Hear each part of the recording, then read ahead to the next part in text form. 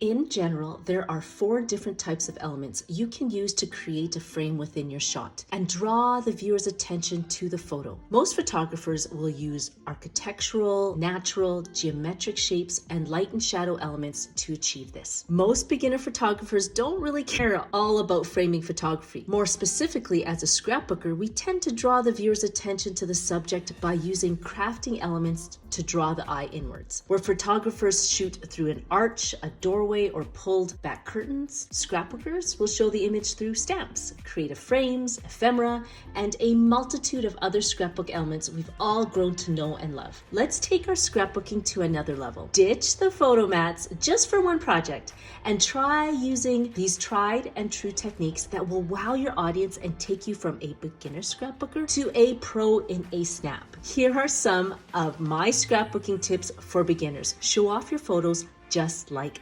this. What I tend to do is to think of framing my photos based on photo frames that we buy in the store. So the type of frames you'll see is, for example, a photo box. So why don't you take your photo or the artwork that you want to showcase and inset it underneath an actual frame. And here I just used square dies to create this shadow box effect. So one of the frames you'll see is your regular frame, which has a mat on it. So it's a standard frame. In this case here, most people will mat their photos with cardstock and usually use an 1/8 of an inch border around each photo. And that's what I kind of want you to move away from and try something different. Now, another method that they use to create a frame is what's called a floating frame, where they'll use pegs on all 4 corners of the frame to kind of bolt in glass or plexiglass or plastic and have the photo float within the frame. And so this is kind of an example of that, where you use brads or your pop dots to frame your image or your text, whatever you want to draw attention to. Another example here, again, I would like us to all move away from, which is, it's great, is, popping it up off of the frame. And this is an example of kind of a floating image that a lot of artwork is displayed out there, is in this floating type of frame. Another type of frame are shape frames. And as you can see here, I used circles as my shape frame. Round and oval frames are a great way to draw attention to the art or the photograph that you are displaying, because they're so visually interesting and not really commonly found. So I thought this was a great way to showcase some of my photos. And you can buy dies, you can purchase die cuts. And in this case, what I did was to give it that glossy flair. I just glossy accented all the frames around it, or the actual elements around the photo. Now, another example of a type of frame is a decorative frame. And so in the scrapbooking world, I will use yarn or floss thread to wrap around my photos just to give it that added flair to the photo. Another example of a decorative type of frame would be obviously placing ephemera on top of the photos, because what it does is, again, it draws the eye inwards. And so I would consider this technique part of that decorative framing technique, where it's not just the image, but an actual scrapbooking element that is placed right on top of the photo. And another example, obviously, of decorative frames is matting your frame, or placing, in this case, using the Tim Holtz distresser to roughen up those edges. If you're a vintage crafter or a junk journaler, you would love using this technique because it gives your photos a really vintage vibe. Another type of frame would be obviously your standard. I would consider this a standard frame because you're putting your photo in something. You're not matting it, you're not doing anything. Actually, it's an old slide. My girlfriend works in a university and she was like, Chris, they're getting rid of these. Maybe you can use them in your crafting. And shockingly, I was like, I will use those. And I took them and I thought these would be fantastic in my postcard scrapbook journals. And if you're interested in how I do those, you'll have to watch some of my videos that showcase that. And I'll actually put that in the description box below, or actually I'll post those at the end of this video. Now, so far, if you like these tips and tricks, could you please stamp that like button so that it can spread to the rest of our crafting community? Thank you. Okay, my next example of framing your photos is stamping them. And not necessarily in the traditional sense where, you know, the photo actually sits right in the middle of the frame, but you could just stamp directly on it, off to the side, maybe stamp on the image, but have the frame kind of floating off to the side. You know, I just find it just adds another element to your scrapbooks, and I love these type of frames for that. In this example, I actually used the TV frame stamp and I just heat embossed it using VersaFine, and in this case, I think it's the Champagne Gold Recollections embossing powder. And I found that this was a great way to frame the photos. Yeah, and if you're pressed for space and you've got so much embellishing going on, I find that this is great to use.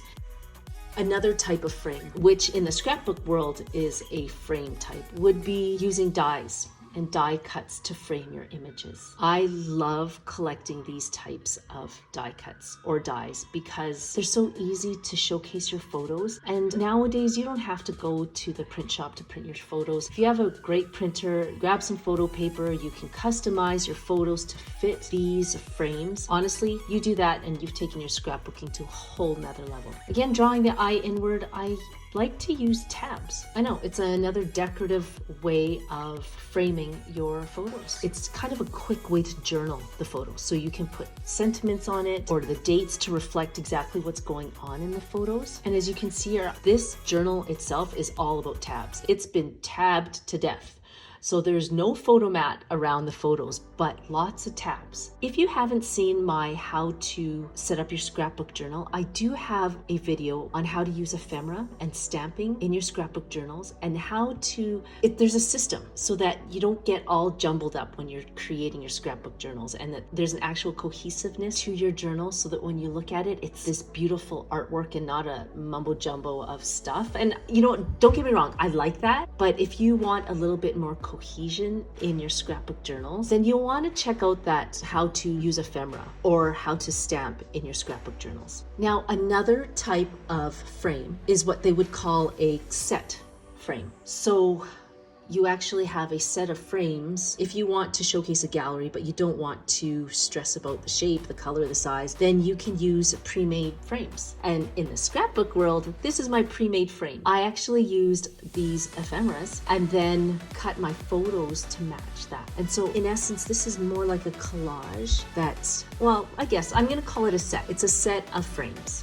I am always curious to know what people use as their framing techniques in their scrapbook journals or scrapbooks. If you have, please let me know what you use. I'm always curious. I want to add new techniques to my scrapbooking journals. And hey, if it's something I haven't used yet, maybe I will post that in my next video. So go ahead, share with me, please. Share with me and share with the community what you use. Another type of frame would be novelty frames. In the scrapbook world, a novelty frame would be using text and images, aside from the image in the photo, to jazz up that photo. And in this case, I used the Instax, or you can use the HP Sprocket. Actually, no, in this case, I used the HP Sprocket, which gives you endless ways of decorating the photo. As you can see here, I drew some lips on there. I don't know. Just something to frame the photo a bit and draw your eye inwards.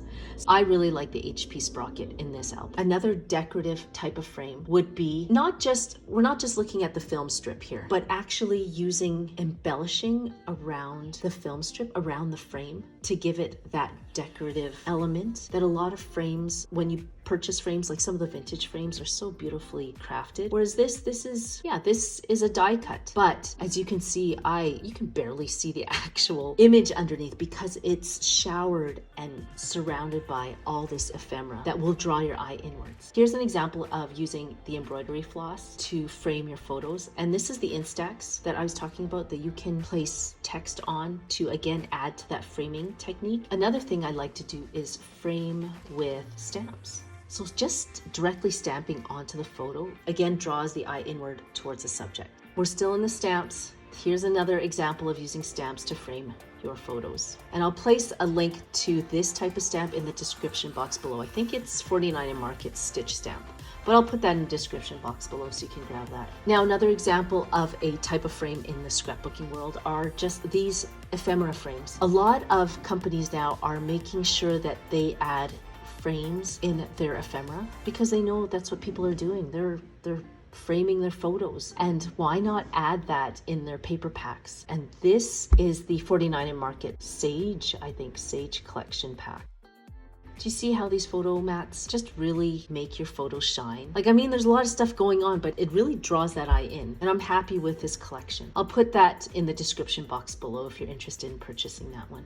One other type of frame that you would see in the stores is a collage frame or a set of collage frames. And in the scrapbook world, we would use film strips to catalog multiple photos on one page. And because I'm a mini scrapbook journaler, I find that these film strip stamps just do the job and truly enjoy. Again, you can just cut your photos to size and you don't have to do very much to it after that. The film strip speaks for itself. I really hope you enjoyed this flip through, I guess, of how I frame my photos. If you like this vintage modern, I guess I would call it a modern take on vintage scrapbooking because there are vintage elements to it, but in a modernized way. Anyways, if you like these tips and tricks and want more along the lines of scrapbook journaling, then watch this playlist that will give you so many tips and tricks on how to scrapbook journal your heart away. Anyways, take care and we will see you in those videos. Bye.